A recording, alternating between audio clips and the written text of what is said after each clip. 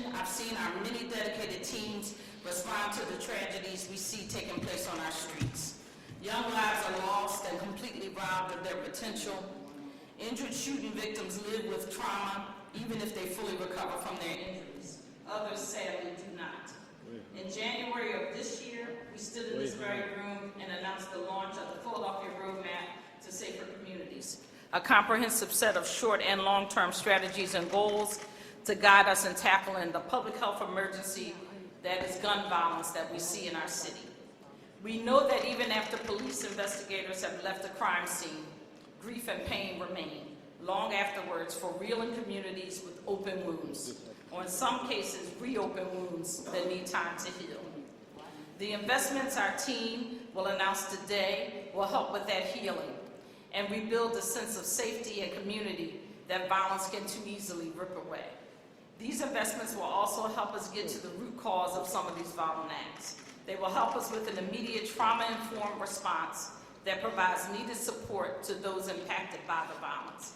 Cleaning and sealing of the abandoned houses where bad actors might stash guns, and cutting down of overgrown lots where a suspect might hide stolen property, money, or even themselves. The Kenney administration is working with our partners and community leaders on the front lines, and today we mark a next step. Now it's my pleasure to introduce our leader, who is not waiting for his second term to start before taking that step. He's on it right now. Please welcome Mayor Jim Kenney. Thank you, Vanessa, and thank you all for being here today. As we approach the start of our second term and prioritize issues that need further investment and focus, it is clear that continuing to address the issue of gun violence, which tears at the fabric of our communities, will be our top priority. So thank you to Council President Clark, Council Members Jones and Johnson, Council Member Blackwell, Councilmember Sanchez for being here today. We share City Council's sense of urgency to curb the senseless gun violence, but all too often, particularly in recent weeks, is claiming innocent children.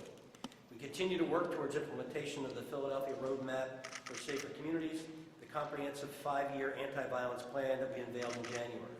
Yet even as we do so, all of us in city government, including our colleagues in City Council, recognize the need for additional and immediate steps to address this urgent issue. So in a few minutes, you'll hear details from Managing Director Brian Abernathy about 2 initiatives that we are moving forward on as quickly as possible. I'm confident that these programs will benefit those residents most directly affected by the scourge of gun violence. One is aimed at preventing crime, a strategy known as focused deterrence, or group violence intervention, that has proven effective here before and in other cities. As you may know, this isn't the first time the city has moved an initiative like this forward. Previous efforts led to mixed results. Our administration is committed to trying again because we are convinced that it can make a difference. The second initiative is focused on helping neighborhoods after significant incidents of violence.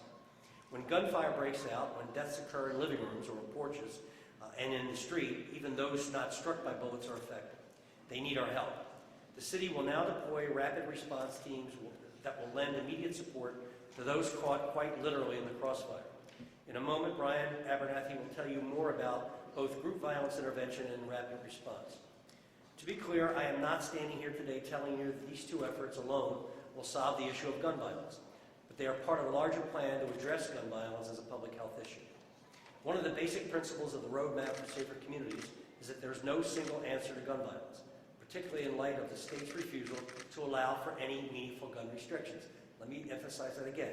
In light of the state's refusal to allow for meaningful gun restrictions, AK-47s should not be in the hands of civilians. They are called military assault weapons. They should be in the hands of military only and not civilians. We need to address this with a wide range of initiatives like the successful Community Crisis Intervention Program, which puts credible messengers overnight and on weekends in hotspots to de-escalate incidents before gunfire breaks out. Because our children should be able to sit in their living rooms and watch cartoons without worrying about being struck by bullets flying through their front windows, more than anything, we need to focus on violence as a symptom of a larger crisis of pervasive poverty in Philadelphia. I believe to my core that reducing poverty will reduce gun violence. Increasing education will reduce gun violence. Having people trained to be able to go to work instead of selling drugs will reduce gun violence. And the removal of guns and the proliferation that we have in this city coming from surrounding counties and other states will reduce gun violence. We've taken more guns off the street in the last 4 years than ever before. And those guys go to Bucks County and out in Berks County and other places and buy bags of guns without any need to prove who they are, to prove that they don't have a record. It's absolutely horrendous what's happening in the state, what's happening in surrounding states, and it all comes downhill and affects us here. And our administration will dedicate its next 4 years to doing all of these things. And I just want to thank, yesterday was a long day, and we're here today to start off the second term. But I am so frustrated that both the federal government and the President of the United States hugs the Second Amendment, the state legislature hugs the Second Amendment, and we allow AK-47s on our streets. I mean, it's horrible. Our citizens are at risk, our police are at risk, and we need to stop it, and we need to turn it around. So, Brian, you want?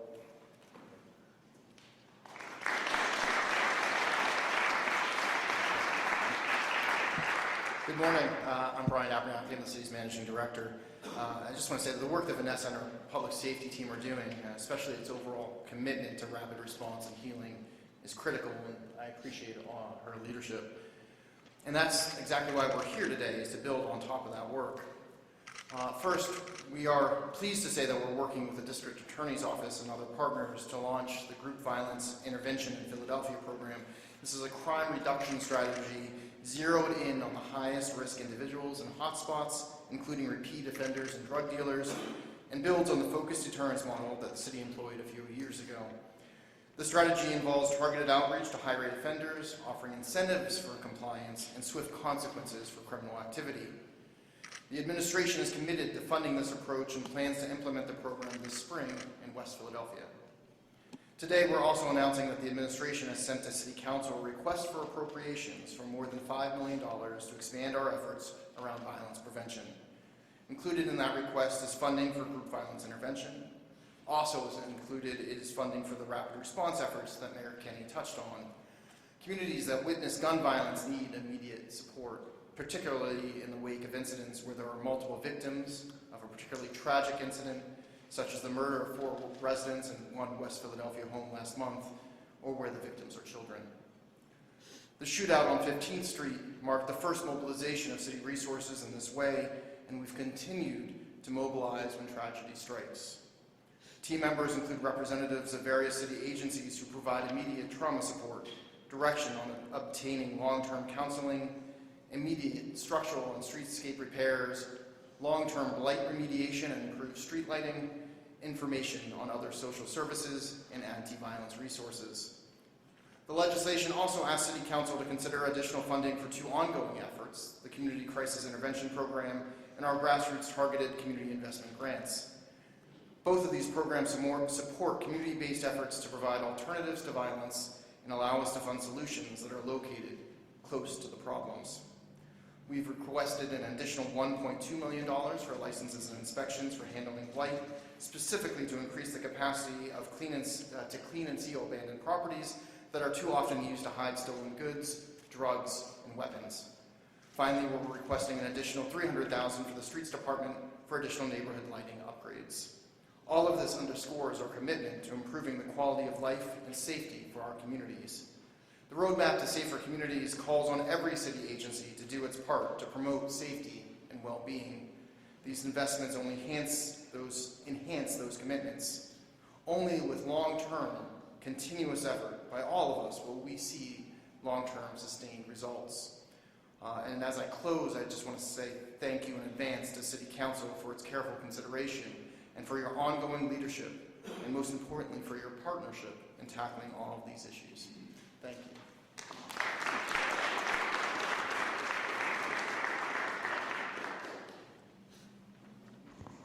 Thank you, Brian.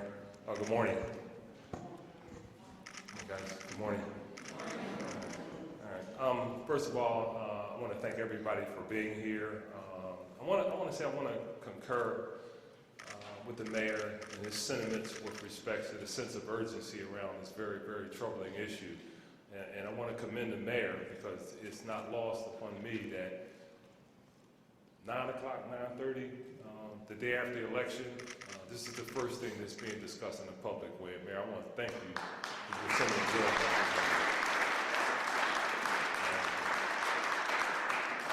And I want to thank the administration and my colleagues on council about understanding the need to expand the agenda as we address violence. It can't just simply be about law enforcement.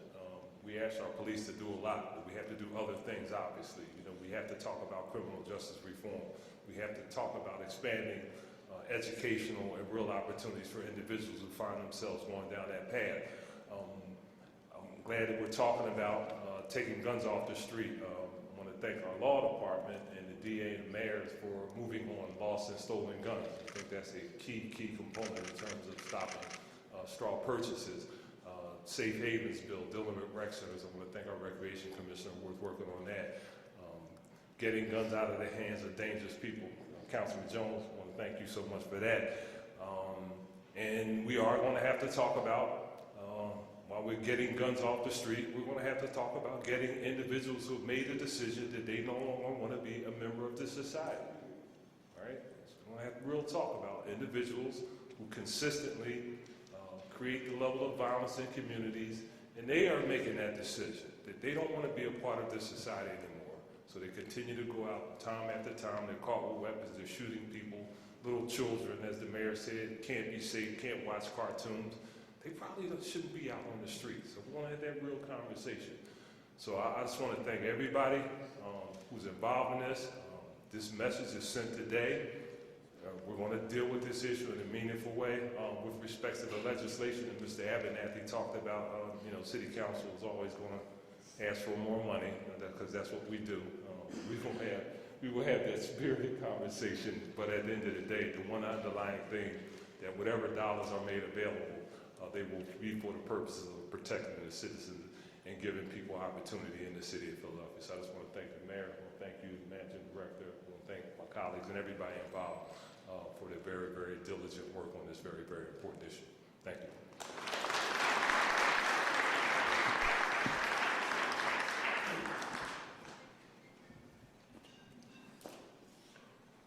So we know that we can't do this work without City Council's help, and we are grateful to Council President Clark. At this time, we're going to call up two other champions with us from City Council, Councilman Kenyatta Johnson and Councilman Curtis Jones, who have been at the forefront with us on this violence prevention work.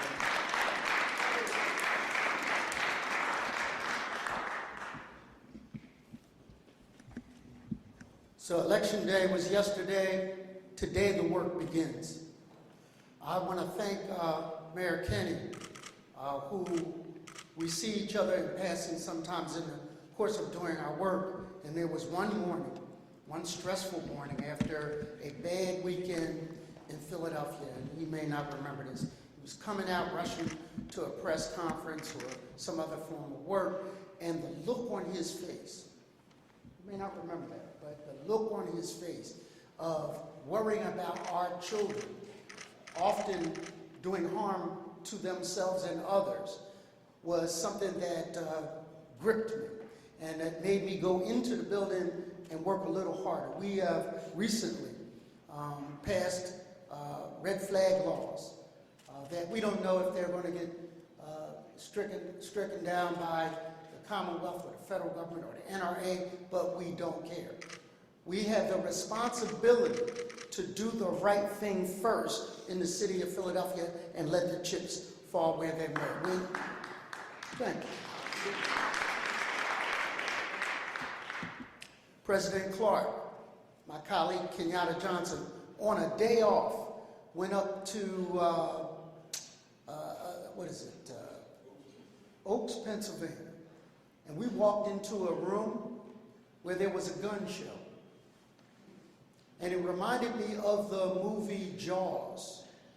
We took a step back. We saw from one end of the room to the other end of the room, full of rifles, explosive shells from shotguns that when they hit the target, they blow up. Now that ain't for deer. And what we saw that was disheartening was people taking those weapons, going out into the parking lot and making secondary transfer. We took a step back and said, we're going to need a bigger boat. And what that means is that the proliferation of guns coming into our community is an onslaught. When at Baker Playground, 7 people shot, thank God none of them fatally, Commissioner, none of them fatally. But it reminded me of, I watched Unforgiven, a Clint Eastwood movie. Less people got shot in that movie than on that weekend on a playground. So this appropriations is a step in the right direction, a step in the right direction. We are putting our money where our mouth is. And clearly, just as clear as I can understand my mayor's economic development plan or his environmental green New Deal plan, which I actually read, I understand, and thank you very much, our anti-violence plan. And when we step up and with my colleague Maria, we talk about this all the time, Councilwoman Blackwell, Kenyatta Johnson, we don't even watch the news the same way. After an act of violence, we pray for the soul that we may have lost. The second thing is, where did it happen? Because we're going to have a response to it. And our babies shouldn't have to worry about playgrounds. So this money is not one size fits all. We need to look at how, through the plan that the mayor's administration put together, how we appropriate and reappropriate and transfer ordinance monies to stop the bleeding and then come up with a long-term strategy. And with our partners in the community, we hope to have a better 4 years than we had in the past 4 years. And I want to thank you publicly, Mr. Mayor, for having a good head, but also having a good heart. Thank you.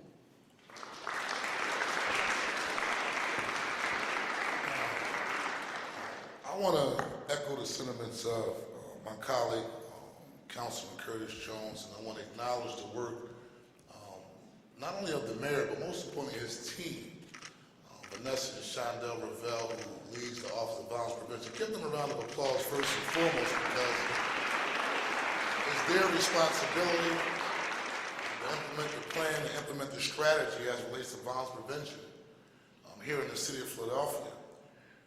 I want to also commend the Council President, District Attorney Larry Krasner, and the Mayor and the Law Department for bringing forth a lawsuit around the issue of lost and stolen firearms.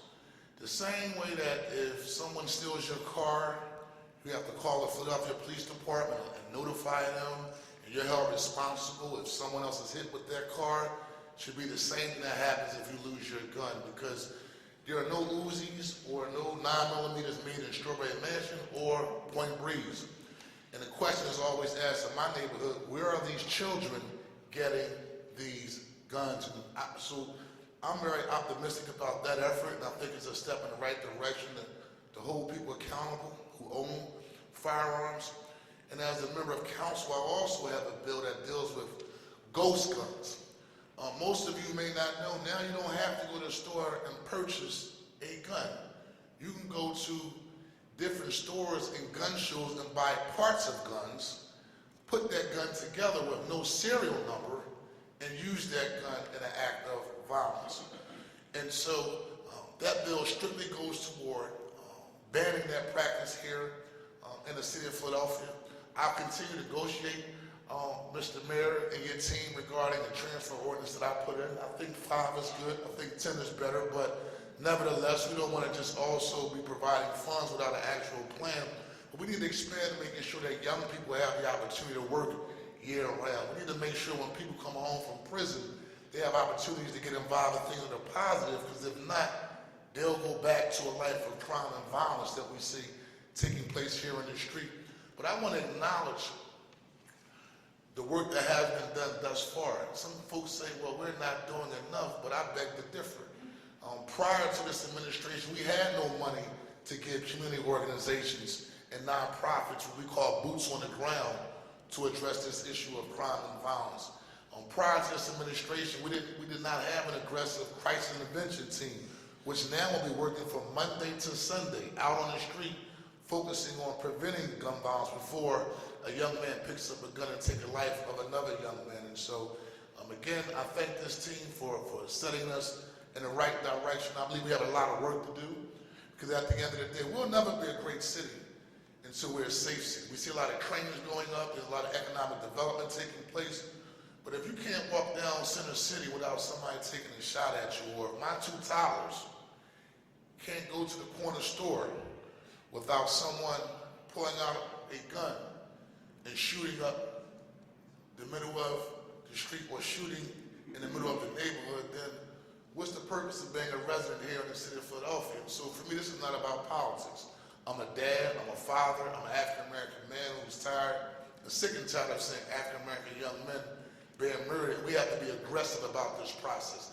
The same way Councilman Jones says, if a well washed up on the shores of the Delaware, excuse me, Tribune, the type of support that we would see to address that issue would be unbelievable. It's just the facts and the reality of what we're dealing with. And so at the end of the day, we have to be aggressive and save our babies and save our children. And Mr. Mayor and your team, I look forward to working with you as we move forward to strategize and expand the level of resources as it relates to addressing the issue of gun violence. Thank you very much.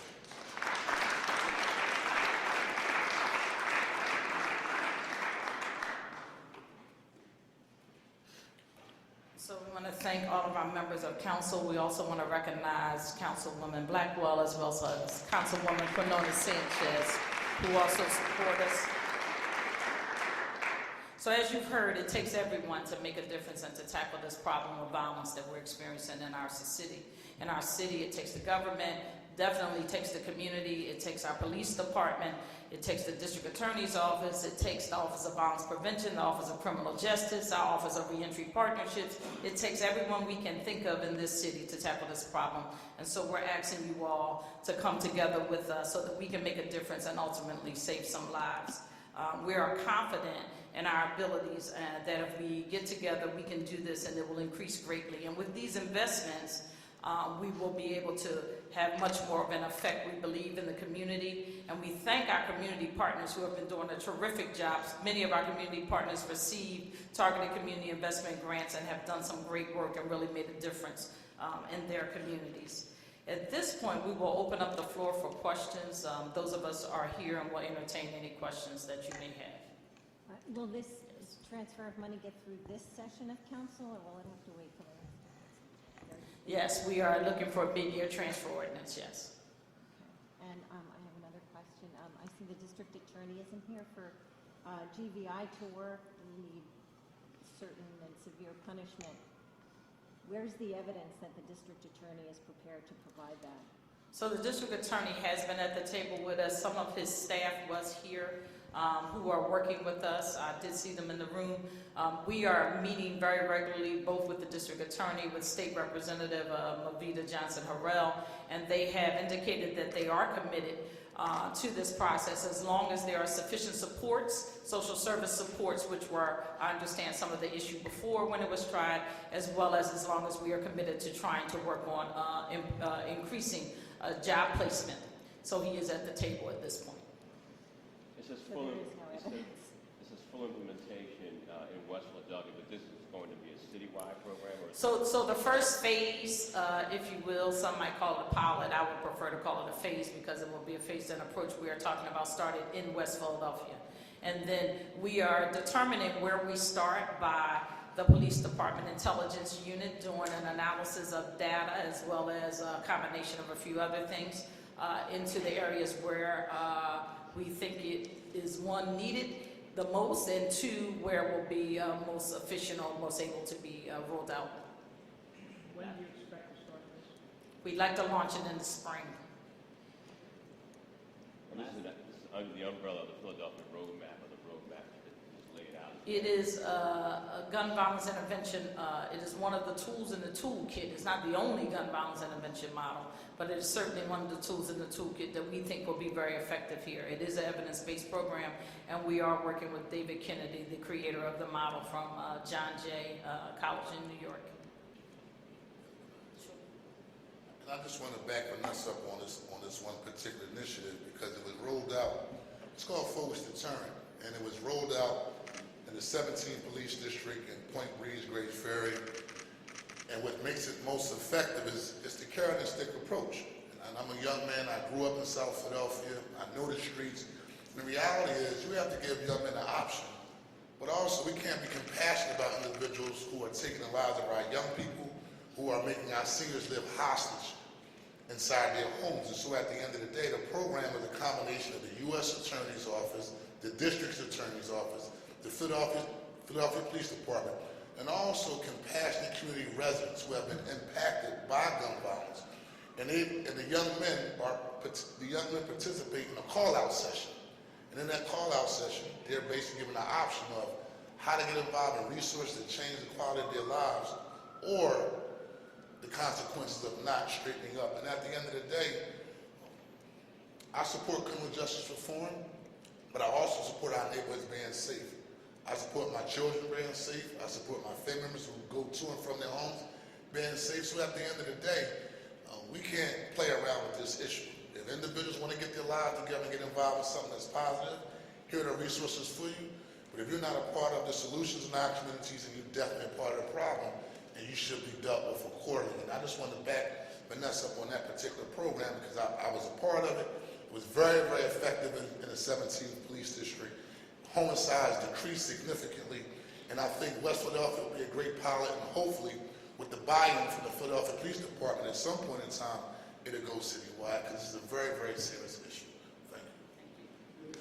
This is going to be a pilot, not a citywide program, GVI? No, we're phasing, right? We're starting with West Philadelphia, but it will be phased into other portions of the city.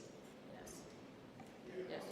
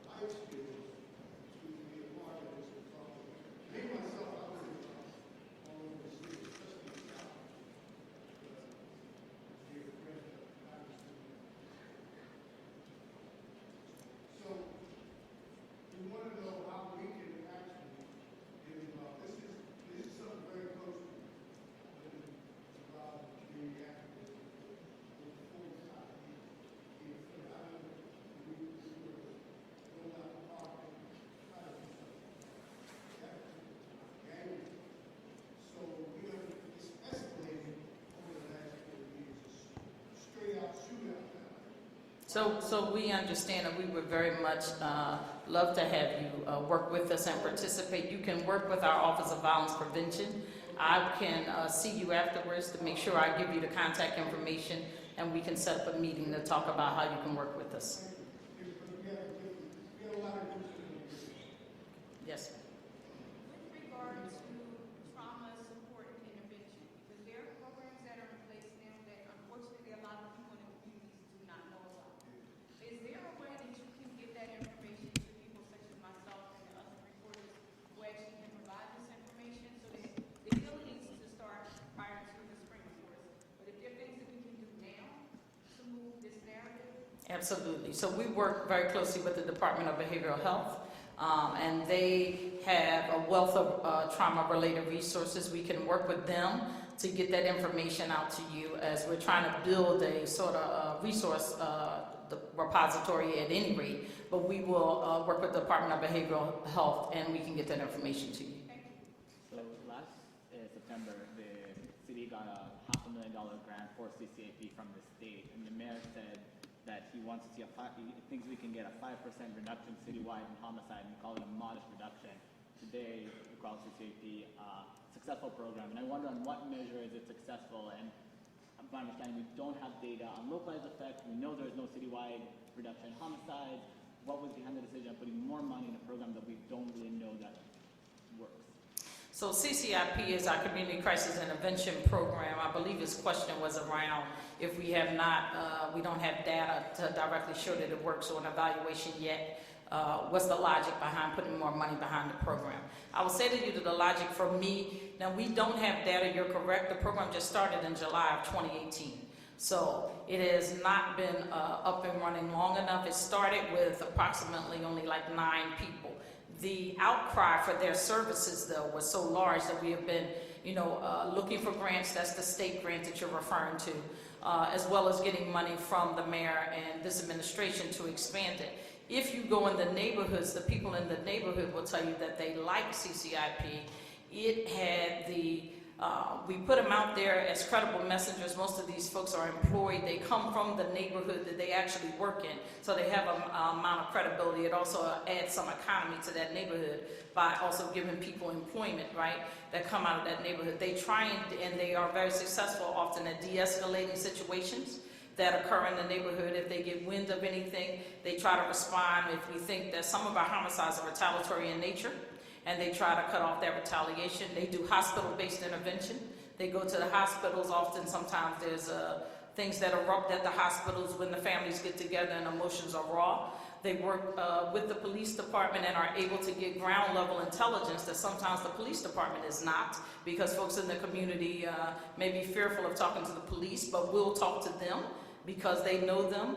So I can only best tell you anecdotally it is working really well. If you talk to many of the police captains around the city, they will tell you that they believe in the areas where CCIP has really been able to be the heaviest, that they believe that they're starting to see some reduction in certain types of retaliatory type crimes and other type violence. Same question for the first round of grants. Is there any evaluation that the first round of grants, places that worked there, had some effect? So one of the investments that I didn't mention was actually a recognition of to improve our data analysis capacity. And so we are part of the transfer appropriations request is to build that capacity. I think we attempted to do some of that analysis internally, and we haven't been as successful as we'd like to be. And we recognize that, and we're trying to address it through additional funding so we can add those resources and expertise. Assuming the legislation is passed, we hope to see either a contract or staff brought on in the spring. I have a question for the mayor. You mentioned the states, leaders in the state. What would you like them to do as you guys are putting more money into trying to fix the gun violence problem here in the state? I'd like them to ban assault weapons and not make them available either for sale legally at a gun shop or for sale at a gun show. These weapons are not made for sport. They're made for killing. You couldn't shoot a deer with an AK-47. You tear up the game you're trying to bring down for food or whatever.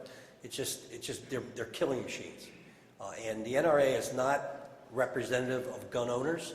They're representative of gun manufacturers. It's all about greed. It's greed when it comes to opioids. It's greed when it comes to guns. It's greed when it comes to everything that's negative in our society. It's about money. And they need to figure out a way to get this done. I mean, until we reduce the availability of these weapons, I don't have an answer for that. I mean, we can continue to educate, to invest in education, to invest in prevention, to invest in police, to invest in all the things we invest in. But as long as the legislature and the U.S. Congress allows these guns in our society, we're swimming upstream. I have a question. Yeah. And so one of the things that's really important for gun violence reduction is certainty of punishment. And we know that clearance rates in Philadelphia for homicide and shooting are lower than nationally. And we learned recently that the Philadelphia Police Department is spending a lot of time doing vehicle stops that come up with very little. Can you talk about is that part of this strategy? We are working on our police interaction with our public. We've reduced pedestrian stops on the street by 200,000 or so. We've gotten more guns off the street. With that reduction, we've been aware now that the car stop situation needs to be addressed as well as the pedestrian stops on the street. We cannot develop a relationship between the police and community by having people feel like they're being harassed if they get in their car to drive. So we'll be working with the police commissioner to address that. We addressed the pedestrian stops because it was part of the lawsuit with the ACLU, and now this information has been brought to our attention, and we're addressing that. We're going to start addressing that now. Unless you have some positive result of a car stop or a ped stop, it shouldn't be stopped. The car or the pedestrian should not be stopped. And part of the clearance rate problem has been the issue of trust between the police and our communities. And yesterday we were out on 15th Street where that mass shooting of police officers took place in August, and they're all good, decent people who want to cooperate with the police, but they need to be able to trust the police before they're willing to cooperate.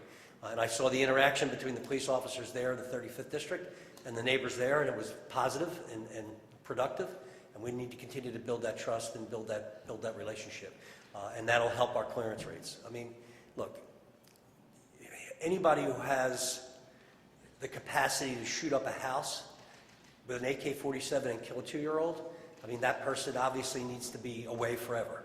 And we have to get in a situation where kids who are getting hopefully a better education because of our investments will be able to take a job that pays a living wage, that pays a sustainable wage, so they don't think about doing anything, on the street that we wouldn't want them to do.